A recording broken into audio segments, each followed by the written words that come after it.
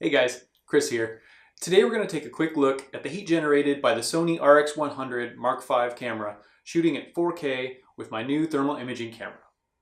For those of you that don't know, the SONY RX100 has a 5-minute time limit for shooting at 4K, presumably because it would overheat otherwise.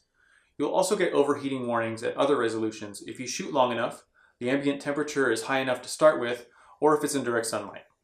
I use an RX100 to shoot these videos, but it usually isn't a big issue. I don't typically shoot in 4K, so I definitely get longer than 5 minutes at a time, but I have had to take breaks more than once for the camera to cool off. So when I got this thermal imaging camera, the first thing I wanted to do was take a look at the RX100. Here's the camera with a fully charged battery. I'll just turn it on and start recording at 4K right away.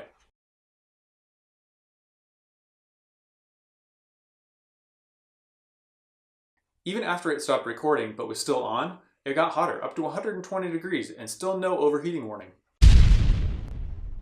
Well, it's pretty obvious to see what area the heat's coming from. My first thought was that the source was the battery because it's right around there, but it's further towards the front of the camera, and that area wasn't nearly as hot. So I did some looking around and found this great teardown video by Max, where he takes apart an RX100 Mark IV, which is very similar to the Mark V version. It's a pretty detailed video on how to take apart and reassemble the whole camera, but of course I was focusing on the area where the heat came from.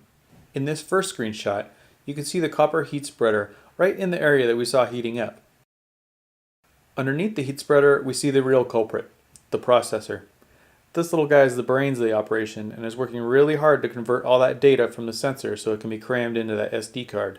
The more pixels you have and the higher the frame rate, the harder the processor has to work and the hotter it gets. Now, getting a camera this small to shoot in 4K is no small feat, and 5 minutes is actually a decent amount of time for a well thought out scene with no cuts.